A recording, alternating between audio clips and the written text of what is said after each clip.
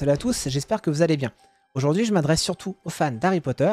On va essayer d'établir ensemble une toute nouvelle théorie. Bien sûr, cette théorie n'a pas pour but d'être crédible, mais juste d'imaginer l'univers sous un nouvel angle.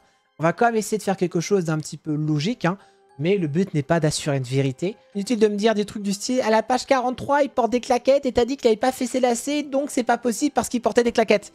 Ça, on s'en fout tous, le but c'est de se faire kiffer. Et aujourd'hui, on va essayer d'établir une théorie toute simple. Et si Voldemort avait attaqué d'autres écoles avant Poudlard pour renforcer son armée pour l'assaut final, qu'est-ce que ça aurait donné? Essayons de prendre la base. Si Voldemort avait décidé d'attaquer d'autres écoles de magie avant de s'en prendre à Poudlard, les répercussions sur le monde magique et la bataille finale auraient été significatives. Je pense que Voldemort aurait fait des attaques préméditées. Voldemort, conscient de la nécessité de renforcer son armée et d'affaiblir ses adversaires, aurait ciblé d'abord des écoles magiques telles que Beauxbatons en France et Durmstrang en Europe de l'Est. Ces attaques auraient eu pour but de recruter de nouveaux partisans et de semer la terreur dans le monde magique.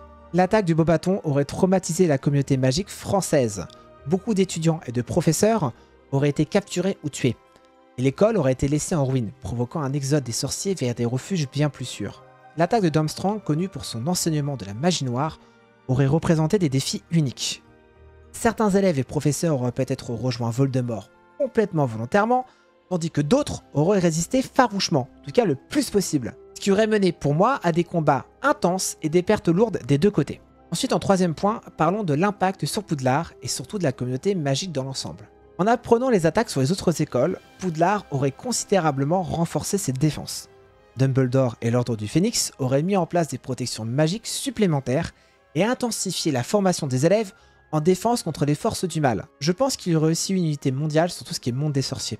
Les attaques de Voldemort auraient fini par unir les sorciers du monde entier contre cette menace commune.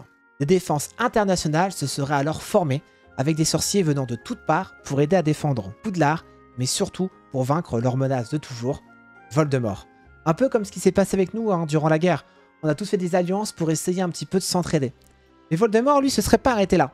Parce que oui, en même temps qu'il aurait fait le maximum pour recruter dans toutes les écoles, il aurait aussi passé des alliances avec toutes les créatures qui seraient un petit peu, on va dire, délaissées. Je pense notamment aux loups-garous. Alors les loups-garous sont pas forcément méchants, je précise juste. Mais peut-être que Voldemort se serait dit, pour renforcer encore plus mes rangs, je peux peut-être compter sur des créatures magiques. Et donc, à ce moment-là, il aurait pu essayer de contacter, en tout cas de nouer des relations et des alliances avec toutes les races des créatures magiques qui seraient réellement en danger. En disant, voilà, soit tu bosses pour moi, soit je t'extermine.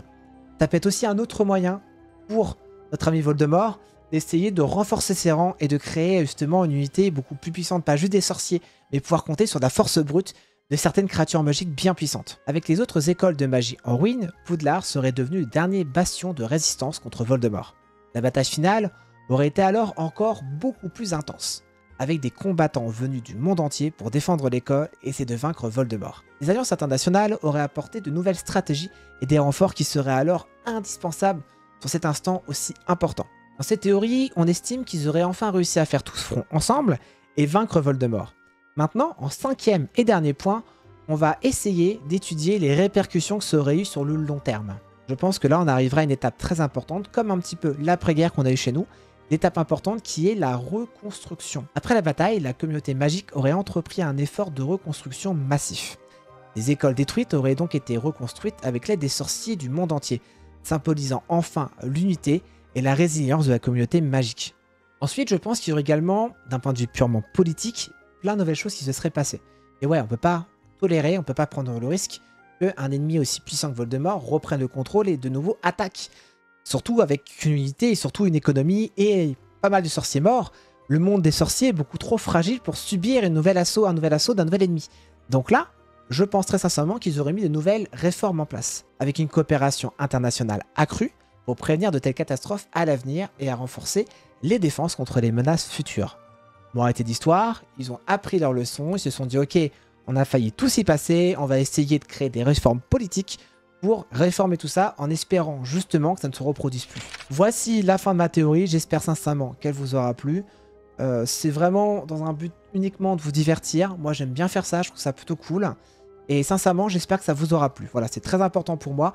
Dites-moi dans les commentaires ce que vous en pensez vraiment de ce genre de format. C'est un peu plus long, on a fait beaucoup de shorts, beaucoup de théories sous forme de shorts qui durent à peine même pas de minutes. Là, je voulais vraiment faire une belle et longue vidéo pour pouvoir détailler tout ce qui était justement ma théorie de manière beaucoup plus longue et beaucoup plus construite, parce qu'en 1 minute, on est toujours très réduit.